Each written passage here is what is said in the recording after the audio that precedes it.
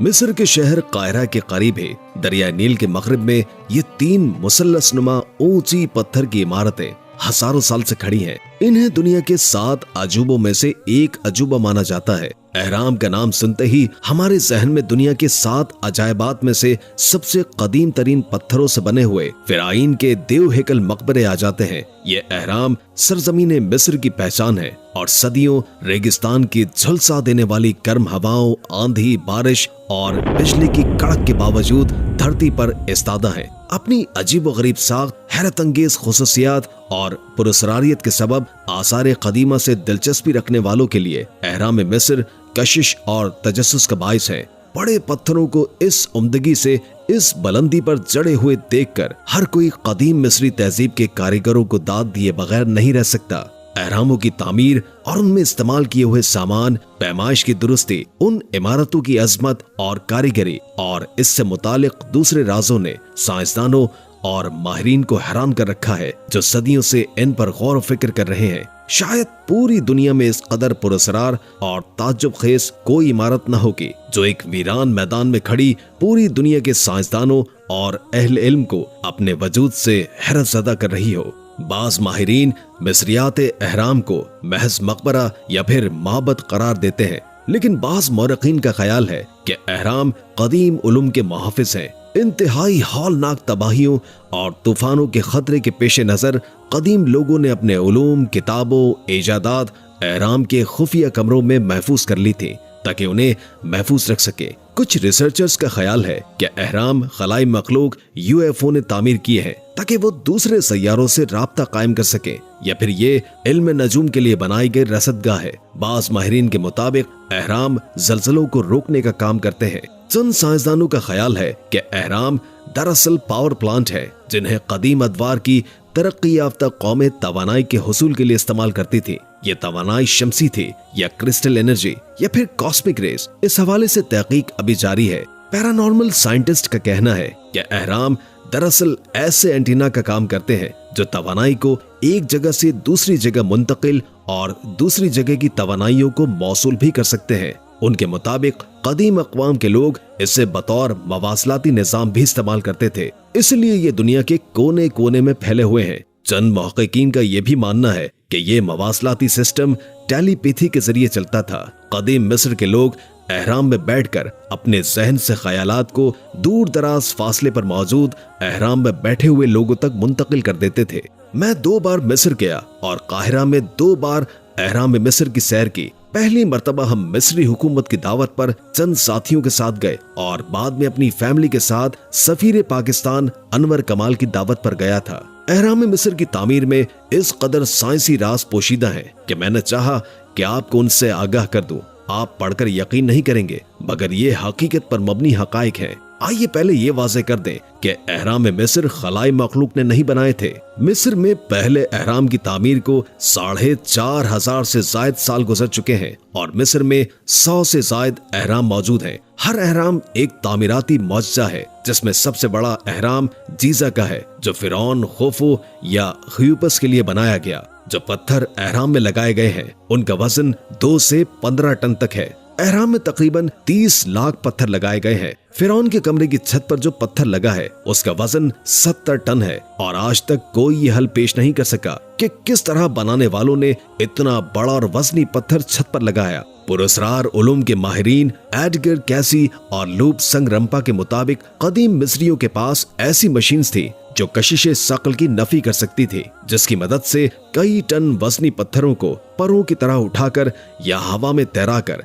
एक जगह से दूसरी जगह पहुंचाया जाता था। एक माहिर उलूम मिस्रियात विलियम किंग्सलैंड अपनी किताब great pyramid in fact and fiction में तहरीर करते हैं कि एहराम मिस्र की तामीर में इस्तेमाल होने वाले पत्थरों को उन मंतरों के जरिए वहां तक लाया गया है जो पादरी और मजदूर पढ़ते थे। एहराम की बुलंदी 149.4 मीटर है और आपको ताजुब होगा कि जमीन और सूरज के दरमियान 149 मिलियन किलोमीटर का ही फासला है। एहराम के अंदर जाने का रास्ता एक सितारा यानी शुमाली पोल की सिमत बताता है और अंदरूनी रास्ता सक सितारा सीरियस स्टार की तरफ इशारा करता है। अगर आप गोश्त का ताजा खून आलू टुकड़ा एहराम के कमरे में रखेंगे तो वो सड़ेगा नहीं बल्कि खुश्क हो जाएगा। ये राज आज तक राज ही है।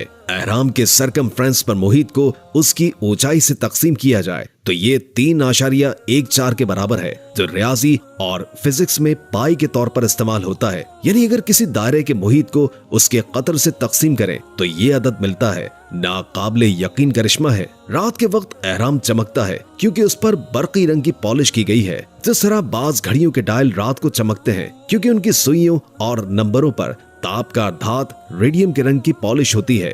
तीनों एहराम की लाइन आसमान में चमकने वाले सितारों बेल्ट ऑफ ओरिनियन के मुतवाजी पैरेलल है। साल में एक दिन सूरज की शुआएं एहराम के अंदर दाखिल होती हैं। ये दिन फिरौन का यौम पैदाइश है। एहराम में रखी तलवारें और चिड़ियां जंगालूद नहीं होती, हालांकि हजारों बरसों से वो वहां मौजूद हैं और साइंसदान आज तक इस राज को समझ नहीं सके। एहराम के चंद कमरों में बहुत से आलात बंद हो जाते हैं और साइंसदान आज तक ये राज हल नहीं कर सके। ताज्जुब की बात और राज ये है कि तीनों एहरामों से जो लकीर गुजरती है वो बहराए उकियानूस में वाक़े बरमुदा ट्रायंगल और बहरुल काहिल में वाक़े फार्मोसा ट्रायंगल को आपस में मिलाती हैं। ये दोनों जगह अपनी अजीब खुसूसियात की वजह से बहुत मशहूर हैं। यहाँ हवाई जहाज, बहरी जहाज गायब हो जाते हैं और कंपास काम करना बंद कर देते हैं।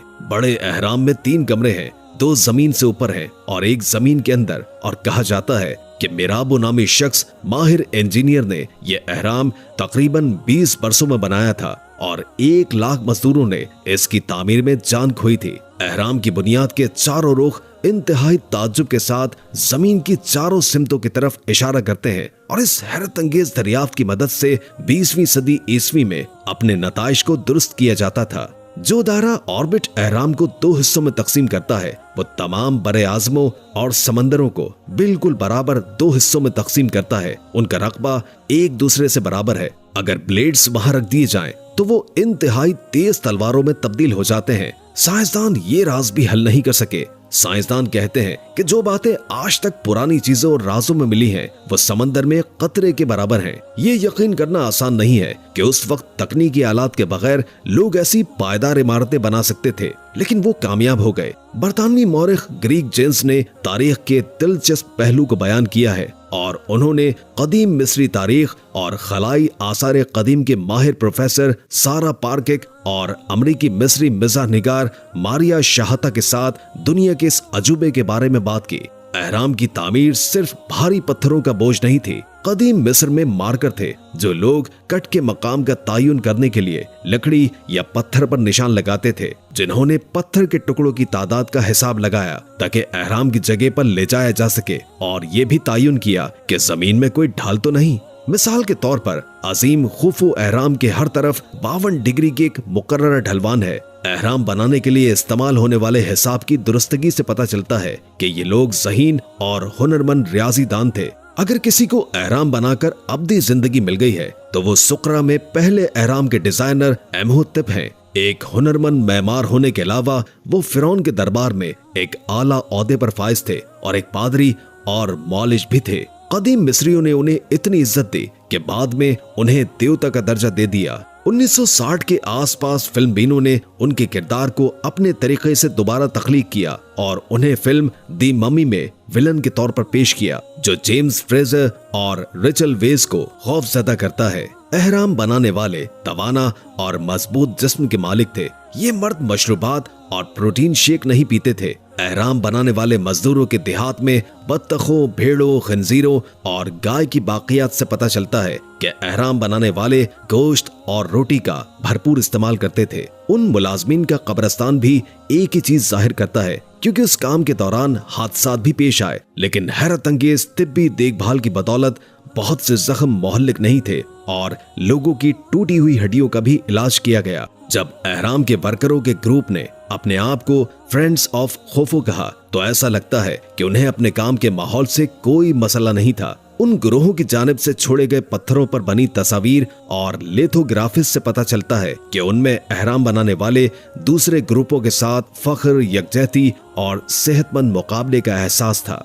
अहराम पानी के आसपास थे। आज जीजा के अहराम रेत के टीलों के दरमियान वाक़ है, लेकिन जब वो बनाए गए थे तो उन्हें इसी तरह रखा गया था कि उनकी तस्वीर का अक्स दरियाए नील के पानी पर पड़ा, जो उस वक्त करीब था। कदीम मिस्रियों ने दरियाए नील पर नहरें बनाई थी, जिसकी वजह से अहराम के मकाम के करीब पत्थर के बड़े टुकड़े थे। जीजा का अहराम सैकड़ों दीगर अहरामों के मजमूए में घिरा हुआ है, जो कदीम मिस्र के अहम लोगों से ताल्लुक रखते हैं। माहिरीन आसार कदीमा को मिस्र के अहरामों में कोई कुल्हाड़ी, सांप के गढ़े या यहाँ तक कि कोई आम जाल नहीं मिले। अहराम मिस्र अब भी माहिरीन आसार कदीमा को परेशान करता है। अब भी अहराम मिस्र और उसकी तामीर करने वालों के बारे में बहुत कुछ ऐसा है जिनके बारे में माहिरीन आसार कदीमा नहीं जानते। मिसाल के तौर पर उन बड़े मकबरों में खाली जगह हैं जिनके बारे में आसार कदीमा के माहिरीन अब भी बहस कर रहे हैं कि वो किस तरह तामीर किए गए थे। एक अमरीकी प्रोफेसर ने ये तमाम राज बताते हुए कहा है कि ये राज इस बात के शाहिद हैं कि ये किसी बैरूनी आसमानी मखलूक की कारकर्दगी है। जमीनी मखलूक इतनी अक्लो फहम नहीं रखती थी या रख सकती है, वल्लाह आलम। उम्मीद है कि आज की वीडियो आपको काफी मालूमाती लगी होगी और बहुत कुछ जानने को मिला होगा। अगर वीडियो अच्छी लगी हो तो लाइक करके हमारे चैनल को सब्सक्राइब कर दें और कमेंट बॉक्स में कमेंट करके अपनी आरा से भी आगाह करें और बेल आइकॉन को क्लिक करें ताकि हमारी नई आने वाली वीडियोस का आपको पता चलता रहे। अगर जिंदगी रही तो एक और वीडियो के साथ इंशाअल्लाह हाजिर होंगे। अभी हमें इजाजत दीजिए। अल्लाह हाफिज।